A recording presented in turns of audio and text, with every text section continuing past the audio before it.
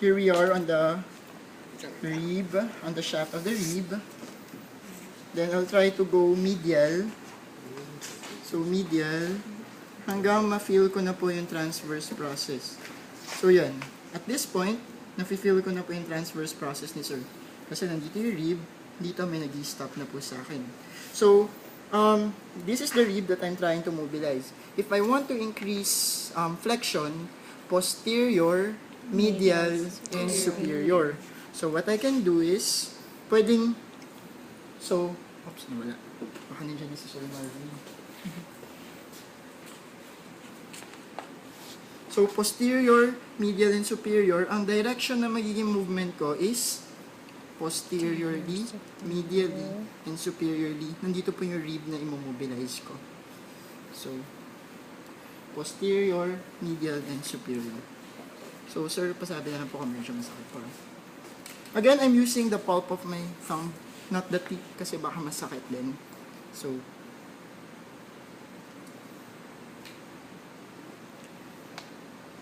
posterior, medial, superior, usually for around 1 minute.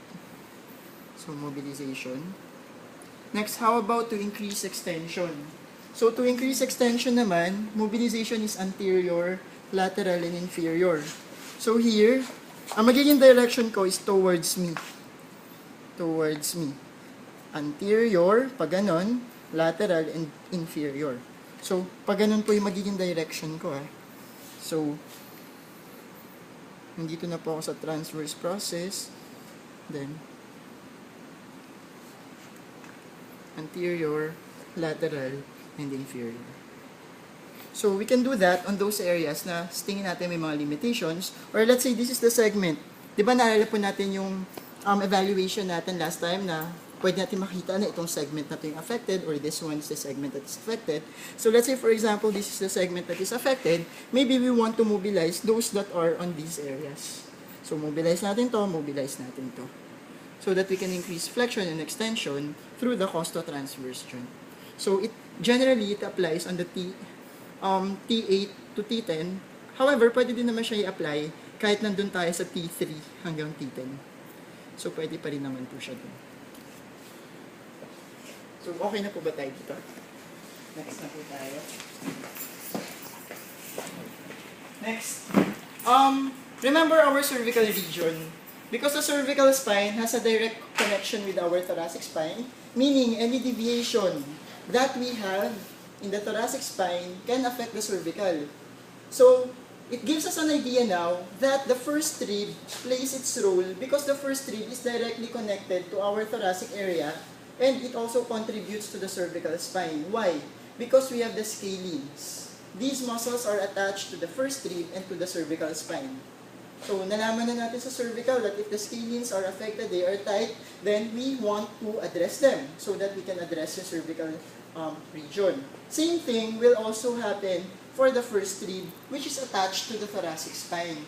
So, same evaluation procedure po yun. If we see that the supraclavicular fossa is shallow, meaning wala tayong makitang space masyado, then that's one thing na makikita natin pwedeng may tightness of scalenes. Another thing is kapag during breathing, very evident yung mga scalenes ng patient natin, then that is another sign that the scalene is tight.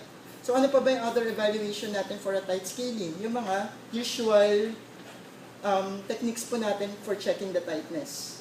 So let's do the opposite movement of scalenes to determine if they are tight. So there are lots of things that we can use as a basis for saying that the scalene is tight. So again, if the scalene is tight, what will it do? It is attached on the first rib and on the second rib. However, our focus here is on the first rib. So knowing that it is attached on the first rib, will it make sense kapag magbibigay tayo ng inferior glide sa first rib para medyo ma-stretch natin yung scalene? So pwede naman po yun, di ba? So, yun po yung gagawin natin dito. If upon evaluation, we see, alam naman po natin magpalpate ng first rib, tama? From anterior to lateral to posterior. So, if we see that the first rib is elevated, is higher on one side than on the other, or if bilateral affectation, check natin kung talagang tight yung scalenes, then we can address that. So, nandiyan yung mga techniques natin. So, nandito na yung mga techniques natin. Meron tayong direct and indirect technique. Nawala na naman sa susunod. Hindi. Nakakakonect ako eh. Sige, ma'am. Ayun, ma'am, oh. Pero connected ako sa Skype. Si Sir Miguel.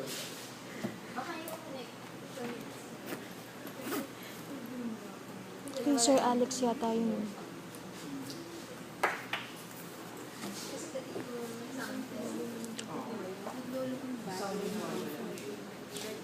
So, meron tayong direct technique at saka indirect technique for an elevated first read. So, when we say direct technique, directly, ina-address natin talaga yung first read. If the right first read is affected, we are treating the right first read. But let's say medyo nasa acute phase pa tayo, or very sensitive or hyper-irritable yung patient. Alam naman natin it's tender when we are palpating for the first read. But if it is too tender that the patient cannot already withstand yung pain, maybe we can opt to use the indirect technique. So direct technique na lang po muna tayo kasi mas madali siyang matatandaan. So for the direct technique, let's say the affected read is on the left side. So nandito yung first read natin. So nandito yung clavicle ni Sir. Mapa-relax lang natin si Sir dito. So what we can do is, we can mobilize yung first rib dito sa area na to. So, I have to palpate for the first rib. So, nandito na ako sa first rib. Then, napalpate ko muna yung first rib, ah. So, one technique na pwedeng gawin is yung i-mobilize natin siya inferiorly. Masakit po ba, sir? Medyo tender kasi siya. Minsan, ang ginagawa ko, I'm modifying the technique. Instead of using the thumb, I'm using my thinner muscles instead. Kasi pag yung thumb, kahit na may pulp pa tayo dyan, minsan masakit pa rin talaga sa patient. Although ito, medyo may konting sakit pa rin siya. So what I'm doing is, nilalagay ko siya dito sa part na to. Then, I'm just applying. Dito po yung force ko nang gagaling. Nandito nararamdaman ko naman kasi yung first rib ni Sir. Then, I'm just applying an inferior glide on this part. Sir, masakit po ba? Medyo tender pa rin to eh. Pero ano yung mas masakit? Yung kanina o yung ngayon? Yung kanina. Ito kasi less tender siya as compared to the first technique. However, pwede din naman yun kapag yung ganito, nandito ako sa first read. So, inferior glide lang tayo dun sa first read. So, yung ibang technique pa, aside from that, pwede din ganito yung hand placement. Nandito ako sa rib, susundan ko siya pag ganun. So, sinundan ko na yung rib. Then, ang ginagawa din dyan, using the body weight, we can push it down. So, just push it down. So, mobilization lang po yung gagawin natin. So, this is the direct technique. How about for the indirect technique? Di ba po ang ribs natin, meron tayong costotransverse joint. So, meaning, it is attached on the transverse process of the vertebra. So, imagine na nandito yung transverse process ko, itong ears na to. Transverse process, nandito din yung mga ribs ko. So, let's say ang affected side ko, ito. Ang unaffected, ito. If I'm trying, for example, to mobilize this one, so, what I will do is, I will push this one downwards. Downwards. So, what will happen here, to the transverse process here? Again, ulitin ko po ah. So, ipupush ko downward, yung transverse process pala dito, ipupush downward ko and up the rib. So, I will push downward the transverse process here. So, transverse process yung imobilize ko pababa. What will happen to the transverse process here? Tataas. It will move up. So, relatively, if this moves up, what will happen to this one? Down. Yun po ba yung goal natin? Down to? Yes. So, yun po yung gagawin naman natin dito. So, here, indirect technique, gusto ko i-address itong side na to, pero indirectly. So, dito ko po siya gagawin. So, wala naman tao, pero yun. I will have to palpate now for the transverse process.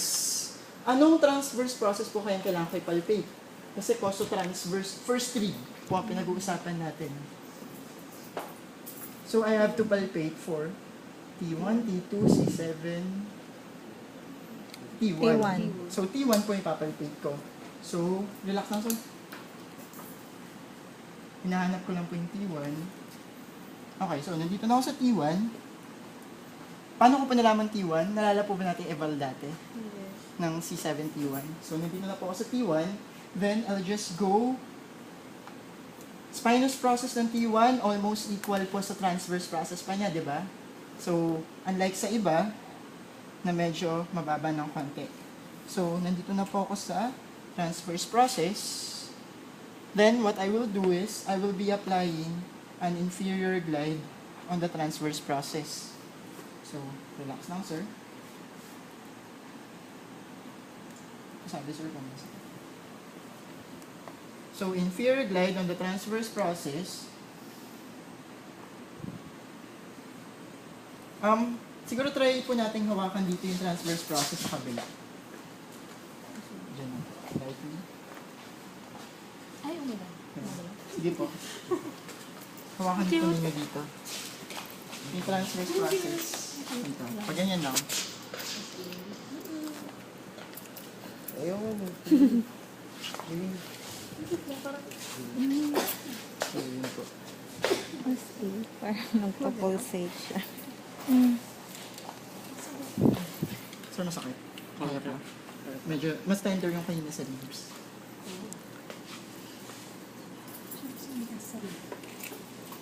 So, yun po. Para tataas yung rib niya po. Yung transverse process niya po. So, yun. So, relatively, binababa natin dito yung first rib. So, pag binaba natin yung first rib, not really addressing yung talagang elevation niya for the scalene, but at least, na-address natin siya. So, generally, for hyper-irritable patients, for acute cases, na unilateral affectation, pwede naman po natin gawin to indirect. Okay? Okay na kayo, sir?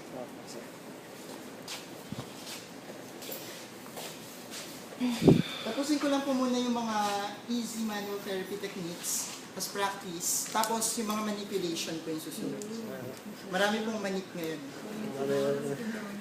Next, skin rolling. Madali lang po to. Yung pang massage. So, alam naman po natin to, di ba? For taut bands or for spasm on the area. So, pwedeng from top to bottom or from bottom to top. Okay lang naman po yun. Then we just do the skin rolling. So, skin rolling. So, this is just to relax. Lalo na yung mga erector spinae natin. Kapag talagang spasm sila or kapag tight sila. So, skin rolling lang po.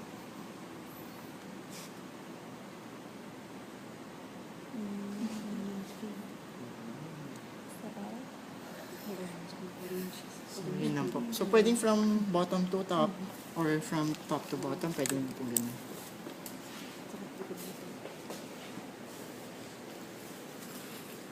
Next, thoracolumbar fascia. Since the fascia attaches as well on the thoracic area, there are times that the thoracolumbar fascia is tight. Lalo na, di ba, attachment site din siya ng latissimus natin. So, since it is also an attachment site of our latissimus, nalala po natin yung test natin sa latissimus.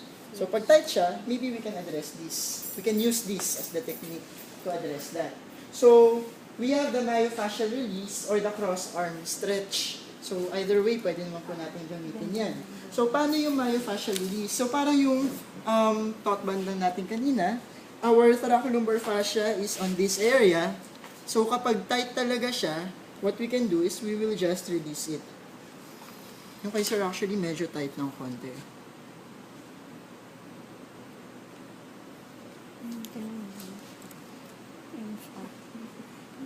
Ang hirap niyang kunin eh, kasi tight talaga siya. So sir, okay lang. Masakit? Hindi. Hindi naman. So yun, thoracolumbar fascia. This is for the thoracolumbar fascia. Or another technique that we can do is the yung cross technique natin, cross arm stretch. So, dito tayo sa subcostal area, palpate for the ribs. Dito is ang kamay. Then palpate for the pelvic bone. Then what we will do, address ko muna yung nasa right side na thoracolumbar fascia ni sir. So, on opposite sides lang.